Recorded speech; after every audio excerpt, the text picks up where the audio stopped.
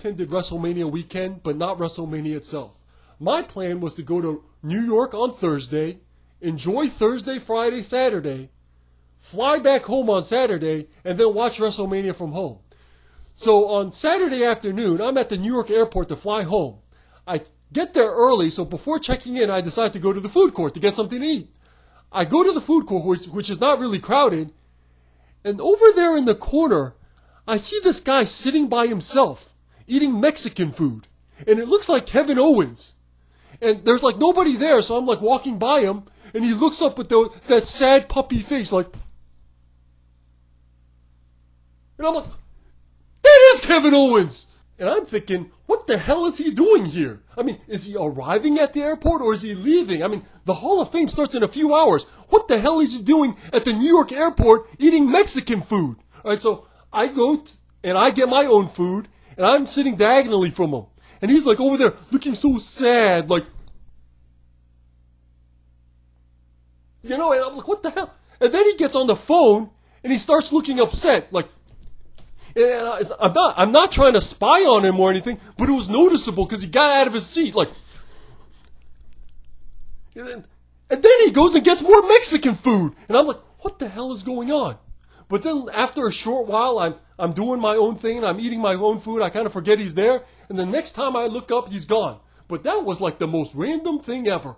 And here's the thing. That was probably the best part of WrestleMania. Kevin Owens at the airport eating Mexican food. Because this WrestleMania, it was so lackluster. Right? It's like they didn't even try. Everything felt so anticlimactic. From Becky Lynch to Kurt Angle to Seth Rollins, right?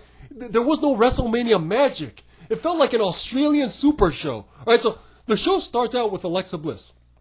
And even though they announced Alexa Bliss as host for weeks, when she comes out, Michael Cole goes crazy like, are you kidding me? Like Stone Cold just came out or something. So Alexa comes out, totally out of character, acting like a high school girl reading a script. Hulk Hogan comes out. Alexa starts posing with Hulk Hogan, completely out of character. And then Paul Heyman walks by them and starts ranting in the ring. Like, this doesn't feel like a WrestleMania. This feels like the start of a Monday Night Raw. So Paul Heyman comes out and he demands that Brock Lesnar's match be first. So Brock Lesnar comes out, Seth Rollins comes out, and Seth Rollins ends up beating Brock Lesnar in 2 minutes. 2 minutes at WrestleMania. Remember, this WrestleMania cost $69.99 to order on pay-per-view, right? Let me get this straight. Brock Lesnar beat The Undertaker, beat Braun Strowman, destroyed John Cena, destroyed Dean Ambrose, and now he gets beaten by Seth Rollins in 2 minutes at WrestleMania? Remember, this match was a match that people considered the co-main event of this WrestleMania, and it ends up being a throwaway match that could have been on the Countdown show. Like, how do you even defend this? Like, how big of a fanboy do you have to be to defend this? Now, the next match was Randy Orton versus AJ Styles, and the biggest problem with this match was that it was pointless. There was no reason for this match to exist. It's just two SmackDown superstars randomly fighting each other. And there was no tension from the fans for the match because the build-up was so ordinary. Just them attacking each other and trash-talking each other. There should have been something on the line. Like it should have been the King of the Ring finals match or a number one contenders match. Something. Because without that, this match is inconsequential. Then we had the men's four-way tag team title match. And it was your typical four-way match. Again, this could have been on SmackDown. The highlight of the match, of course, was Cesaro spinning Ricochet for like a million years. And there was another part of the match where Ricochet needed to break up a pin. And he broke up the pin using a standing shooting star press. And I'm like, what the hell? Why do you need to do a standing shooting star press to break up a pin? I mean, just push him off. You know, it's like, I need to break up that pin. Shooting star press. You know, it's like most overkill ever. And another thing. So Lana's back to being the ravishing Russian again? Like, wasn't she just like this corny baby face wearing neon blue, dancing her way down to the ring like, so now she's back to being the ravishing Russian wearing that skirt? Like, she can just switch back and forth like that? Then they showed clips of the Hall of Fame, which included Becky Lynch wearing sunglasses and acting completely out of character. The next match after that was Shane McMahon versus The Miz, and this was the first match that felt like a WrestleMania match. For some reason, it felt big enough to be a WrestleMania match. But how the hell is The Miz suddenly this nice guy family man? I mean, wasn't he just this evil heel wearing the suit with his henchmen, getting chased around by Braun Strowman? You know, like, when my hand goes up, your mouth goes shut. Like, that wasn't that long ago, right? How the hell is he this Mr. Nice Guy? You know, it's almost like Alexa Bliss, where all of a sudden they forgot that they were bad guys, and now they're acting like your friendly next door neighbor or something. Like, hey guys, you know, like. But again, the match itself was very exciting. It kept my attention the whole time, and I liked the ending where Shane McMahon pins The Miz after getting suplexed. The next match was the women's tag team title match, which was another four-way match. So instead of building proper feuds, it seems like they're just trying to shove as many wrestlers onto the show as possible, except for Kevin Owens, who gets to eat Mexican food. So the Iconics, who have been jobbers ever since they debuted on SmackDown, win the titles, and they immediately break character by starting to cry in the ring. Like, how unprofessional is that? Imagine if evil heel Sergeant Slaughter wins the WWE title and immediately breaks character by breaking out into tears. Like, oh, I've waited so long for this. Like, it would have destroyed the entire storyline. This casual disrespect for kayfabe has got to stop. And on top of that, after the Iconics win the title and they break character by starting to cry, Paige is on commentary and she's literally like, I got goosebumps right now. Like, seriously, like, how cringy are you going to make this women's division? Then we had Kofi Kingston versus Daniel Bryan for the WWE title. And look, this barely qualifies for a SummerSlam match. It's barely a Fastlane match, right? Kofi Kingston versus Daniel Bryan is a SmackDown main event. It's Daniel Bryan versus the third guy of New Day, right? Between Xavier Woods, Big E, and Kofi Kingston, Kofi is arguably the least charismatic of the three. He has no individual personality, right? The New Day has spent the last few years goofing off, throwing pancakes, and getting destroyed by tag teams like the Dudley Boys and the Bludgeon Brothers. But just because Kofi Kingston replaces Ali at Elimination Chamber, these fanboys are acting like he's the next Rock? They are out of their minds. The Kofi Kingston storyline doesn't even make any sense. So, Kofi Kingston should be world champion because he's waited for a long time? Like, what the heck is that? Like, what? Did Scott Hall wait long enough? Did Marty Jannetty wait long enough?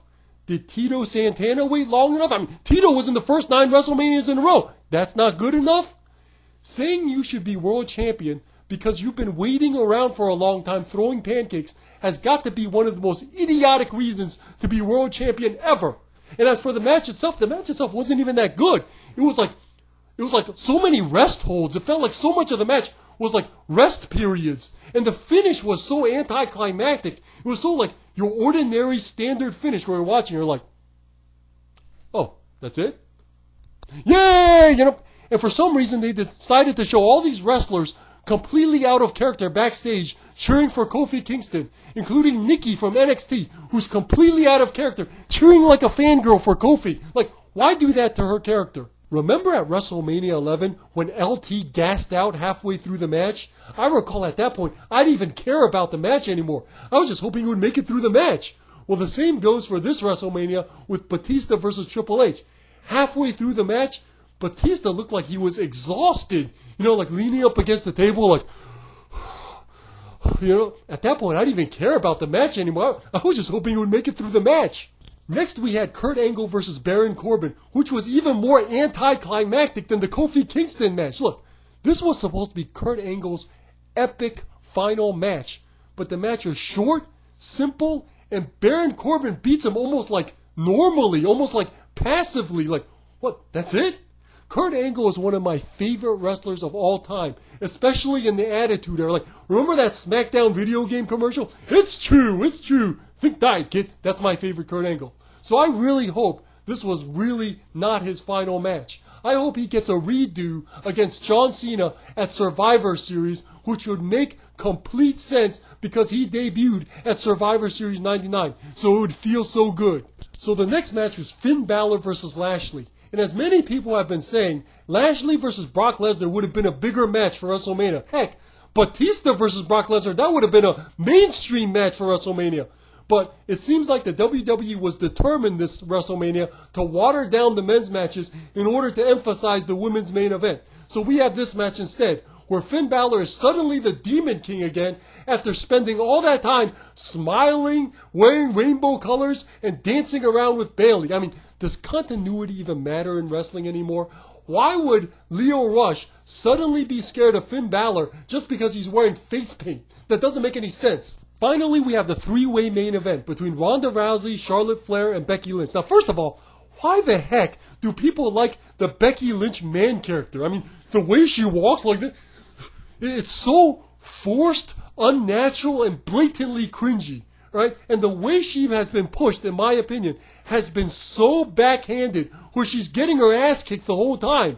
And in my opinion, this match would have been better as a one-on-one match between Charlotte Flair versus Ronda Rousey. Champion versus champion, title for title, like WrestleMania 6. It would have felt bigger. As a three-way match, it feels like a fast lane mid-card match or a main event on an episode of SmackDown. It doesn't feel like a WrestleMania main event. And the finish, again, was so anticlimactic. It's not that it was just that it was a roll-up. It's that it came out of nowhere. There's no build-up to it. We're watching and it's like, 1, 2, 3. Oh, really? A few videos ago, I talked about how the WWE said they were now going to listen to the fans. And my question was, which fans? The mainstream fans or the neckbeard fanboys? Well, now I think we have our answer. It's the neckbeard fanboys. I mean, when your championship lineup consists of Seth Rollins, Kofi Kingston, Becky Lynch, and the Iconics, that is a roster made for the fanboys, right? I mean, it reads like a list of mid-carders. I mean, it sounds like the minor leagues compared to like The Rock and Stone Cold. I mean, in my opinion, if the WWE keeps going in this creative direction, they are going to continue to have those half-empty arenas where the fans are on the camera side and the non-camera side is a bunch of empty seats, right? Wrestling will never be cool again listening to the fanboys.